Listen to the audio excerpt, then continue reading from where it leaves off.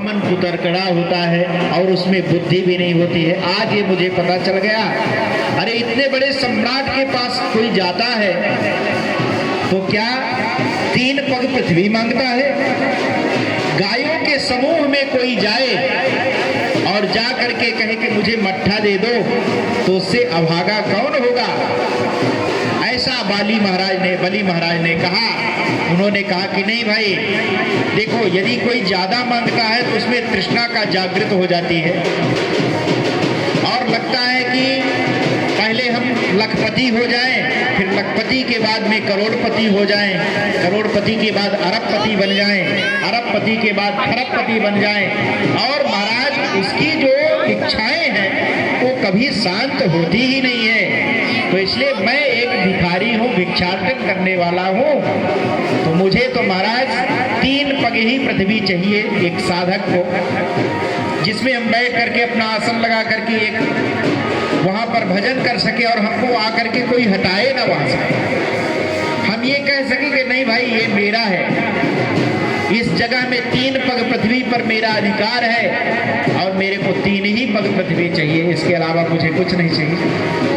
बली महाराज ने हंसते हुए कहा, अच्छा मैं समझ गया, तुम्हारा विवाह नहीं हुआ है इसलिए तुम कुछ नहीं चाहते हो। तो महाराज ब्राह्मण देवता आप यदि कहें तो मैं आपका विवाह करवा देता हूँ, किसी ब्राह्मण कन्या से विवाह कराऊंगा। तो वामन भगवान एक पल के लिए तो शांत हो गए। फिर उन्होंने कहा कि अच्छा ये बताइए महाराज कि हमारे बच्चे भी होंगे जब विवाह होगा? तो बोले हाँ होंगे। तो कितने होंगे महाराज? तो बली महाराज ने कहा कि अब कितने होंगे ये तो आपको पता है महाराज, 2 होंगे कि 4 होंगे कि 10 होंगे ये मैं नहीं जानता। तो वामन भगवान ने कहा अच्छा महाराज तो ये बताइए कि उसमें से कोई जब इतने जन्म लेंगे पुत्र तो एकाध मर भी सकता है? बोले हाँ ये भी हो सकता है भाई, ये भगवान की गति है, इसको हम क्या कहें। तो उन्होंने कहा कि अच्छा जब बेटा मरता है तो रोना भी पड़ता है?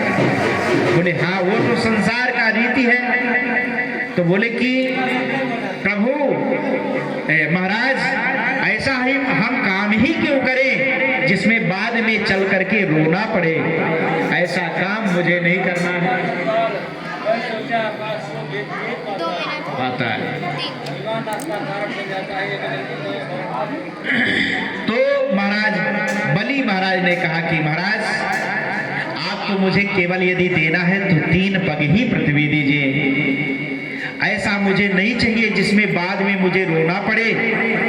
तो बली महाराज ने कहा कि ठीक है महाराज, आपकी जहां से इच्छा हो नाप लीजिए, जहां तक दिखाई देता है सब हमारा ही है।